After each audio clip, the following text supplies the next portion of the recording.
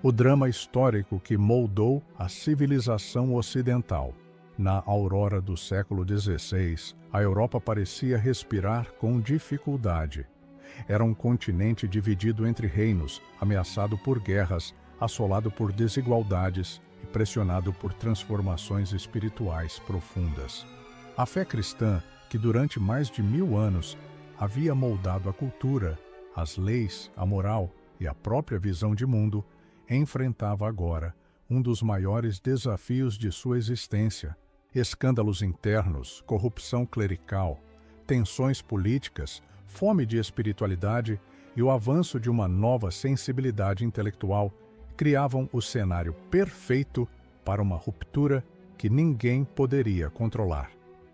Foi nesse ambiente tenso que 4 homens se tornariam protagonistas involuntários de uma revolução espiritual sem precedentes: Martinho Lutero, João Calvino, Ulrico Zwinglio e Teodoro de Beza. Cada um deles, à sua maneira, colocou fogo no tecido religioso da Europa e abriu as portas para uma nova fase da história humana. E ao mesmo tempo em que esses nomes ressoavam como trovões de mudança, outro grupo de homens igualmente brilhantes, igualmente determinados, se levantava para defender, reformar e reorganizar a Igreja Católica.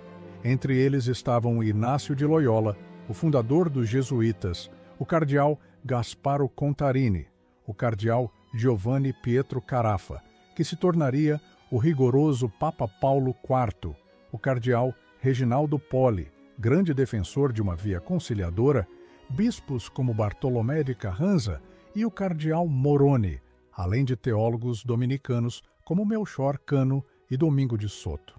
Esses homens seriam a espinha dorsal da Contra-Reforma Católica, um dos movimentos mais decisivos da história espiritual do Ocidente. A narrativa começa com Martinho Lutero. Em 1517, o monge agostiniano pregou suas teses contra as indulgências nas portas da igreja de Wittenberg. Embora esse gesto seja frequentemente romantizado, seu impacto foi real e devastador. As indulgências eram apenas o sintoma visível de um problema muito maior. Lutero sofria interiormente. Ele buscava paz com Deus, temia o juízo, temia sua própria incapacidade de agradar a Deus. E quando descobriu em Romanos que o justo vive pela fé, seu mundo interior explodiu em liberdade. Foi essa descoberta que moldou seu pensamento sobre a justificação pela fé somente e que acabou se tornando o pilar da reforma protestante. Ao lado de Lutero surgia Philippe Melanchthon, o humanista brilhante que ajudaria a sistematizar a teologia reformada na Alemanha. Mas a força da reforma não ficou restrita ao território alemão. Na Suíça, Zurique testemunhava o surgimento de Ulrico Zwinglio, um reformador de espírito enérgico, influenciado pelos humanistas e profundamente convicto de que a Igreja precisava retornar à simplicidade radical do Novo Testamento. Zwinglio defendia a comunhão como um memorial simbólico, atacava abusos clericais e acreditava numa vida cristã profundamente ética e comunitária. Sua morte em batalha evidenciou a intensidade da época. Em Basileia surge João o Ecolampadius. Em Estrasburgo, Martinho Bucer trabalhava para unir as diversas vertentes reformadas. Na região suíça, Heinrich Bullinger herdou o manto de Zwinglio e consolidou seu pensamento. E então, em Genebra, aparece aquele que se tornaria um dos maiores sistematizadores da teologia da Reforma, João Calvino. Jovem, brilhante, disciplinado, exilado da França por causa das tensões religiosas, Calvino encontrou em Genebra o espaço ideal para desenvolver sua teologia, sua visão de sociedade e sua devoção ao estudo das Escrituras. Sua obra, Institutas da Religião Cristã, se tornaria uma das maiores referências teológicas do cristianismo ocidental. Ao seu lado surge Teodoro de Beza, seu sucessor natural, um acadêmico refinado que não apenas preservou o legado de Calvino, mas também o expandiu, tornando Genebra um centro intelectual capaz de influenciar Inglaterra, Holanda, Escócia e até mesmo a América do Norte. Enquanto isso, reis e príncipes escolhiam lados. Povos inteiros mudavam suas confissões. Aldeias, cidades e nações viviam uma guerra silenciosa que, inevitavelmente, se tornaria ruidosa. A Reforma dividia o continente. E a Igreja Católica percebeu rapidamente que precisava agir, não apenas para combater as novas doutrinas, mas também para enfrentar seus próprios erros internos. Era necessário um movimento de renovação espiritual, moral e intelectual. Era necessário um retorno à disciplina, ao estudo, à devoção e à autoridade. Era necessário um concílio. E assim nasceu o Concílio de Trento. O Concílio de Trento começou em 1545 e terminou apenas em 1563. Quase 2 décadas de debates acalorados, pausas, reaberturas e tensões políticas. Ele reuniu alguns dos maiores nomes da teologia e da liderança católica da época.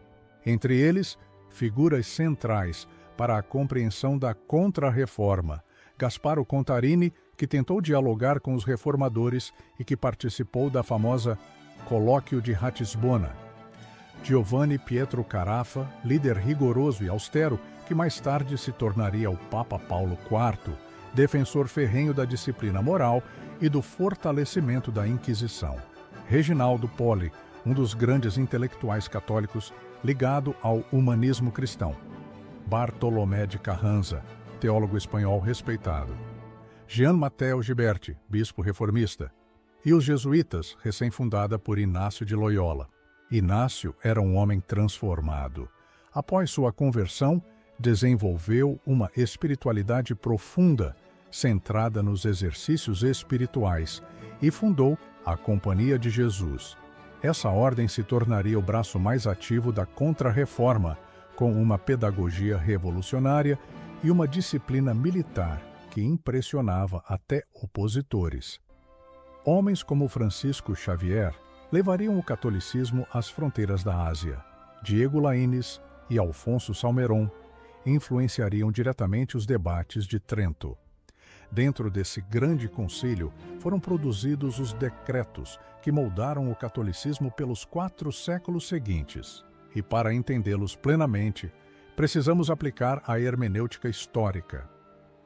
Quando esses decretos foram escritos, entre 1545 e 1563, numa Europa em crise religiosa, onde foram escritos, em Trento, uma cidade nos Alpes italianos, estrategicamente situada entre culturas latinas e germânicas. Por que foram escritos? Porque a Igreja precisava responder às críticas da Reforma, reafirmar doutrinas, combater abusos internos e recuperar a autoridade moral e espiritual. Quem os escreveu? Bispos, cardeais, teólogos dominicanos, líderes de ordens religiosas, especialmente jesuítas, para que foram escritos? Para reorganizar a vida da Igreja, reafirmar sua identidade e trazer ordem a um mundo religioso fragmentado. Os decretos trataram de temas fundamentais. A questão da justificação foi uma das mais tensas. Lutero defendia a justificação pela fé, somente. Trento respondeu com a visão de que a justificação é obra da graça, mas envolve a cooperação humana na transformação moral. As Escrituras foram reafirmadas como palavra de Deus, mas Trento declarou que a tradição da Igreja possuía a mesma autoridade. Isso foi decisivo na separação entre protestantes e católicos. Os sacramentos foram reafirmados como canais de graça divina. A presença real de Cristo na Eucaristia foi definida com firmeza. A formação do clero foi completamente reformulada, com a criação dos seminários. A disciplina episcopal foi fortalecida. A residência obrigatória dos bispos foi imposta para evitar negligência pastoral. E no campo disciplinar, o concílio autorizou medidas que marcariam profundamente a Contra-Reforma. A reativação da Inquisição, especialmente forte na Espanha e na Itália. O Index de Livros Proibidos, utilizado para controlar a circulação de ideias consideradas perigosas. A aprovação e expansão da Companhia de Jesus, que se tornaria essencial na defesa e no ensino da fé católica em seminários, universidades e missões globais. Enquanto Trento reorganizava a Igreja, os reformadores continuavam sua obra. Lutero escrevia seus comentários bíblicos e enfrentava imperadores. Calvino formava pastores em Genebra. Zwinglio influenciava cantões suíços e morria em batalha. Beza fortalecia o protestantismo francês e escrevia obras que influenciariam por séculos. Cada um desses homens carregava convicções profundas e seus nomes se tornaram símbolos de uma busca sincera por fidelidade às Escrituras.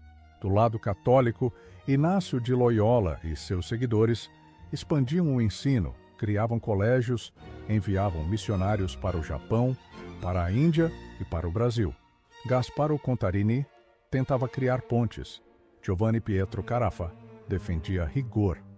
O cardeal Moroni buscava conciliação interna. Esses homens representavam uma igreja que, apesar dos erros do passado, buscava uma renovação disciplinada e espiritual. Ao longo do concílio, a Europa mudava. Reinos se dividiam, guerras religiosas se aproximavam e a fé cristã se transformava diante dos olhos da história. A Reforma e a Contra-Reforma não foram apenas disputas doutrinárias.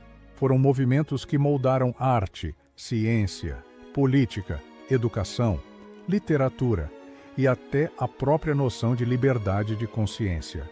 A modernidade nasceu em meio a esse conflito espiritual, e os decretos do Concílio de Trento se tornaram a espinha dorsal de uma nova era católica, assim como as obras e pensamentos de Lutero, Calvino, Zwinglio e Beza se tornaram a base da fé reformada. Compreender esse período é compreender a alma da civilização ocidental.